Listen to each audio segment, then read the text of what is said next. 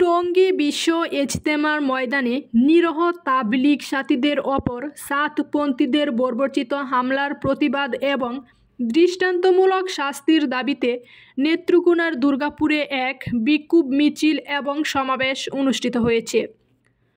আজ 25শে ডিসেম্বর বুধবার দুপুরে উপজেলা ঈমান আকিদা সংরক্ষণ কমিটি এবং শুরাই নেজামের সাথীদের আয়োজনে এই মহাসমাবেশ অনুষ্ঠিত হয়। দুর্গাপুর উপজেলার মার্কাজ মাদ্রাসার মাঠে বিক্ষোভ মিছিল পূর্ব প্রতিবাদ সমাবেশের মুফতি মামুনুর রশিদ এর সঞ্চালনায় আল্লামা জিয়াউদ্দিন এর সভাপতিত্বে বক্তব্য রাখেন মাওলানা ওয়ালি উল্লাহ।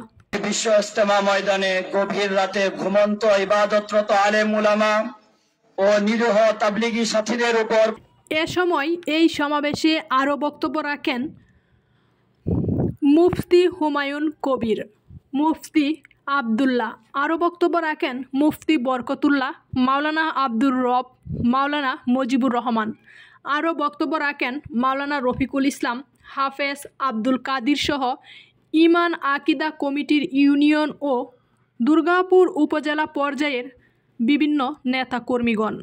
এ সময় বক্তারা বলেন, ধর্মীয় ইস্যু নিয়ে সাতপন্থীরা সবসময়ই উস্কানিমূলক বক্তব্য ও দেশকে অশান্তি করার লক্ষ্যে পায়তারা করে আসছে, যা দেশের শান্তি শৃঙ্খলার জন্য হুমকি স্বরূপ।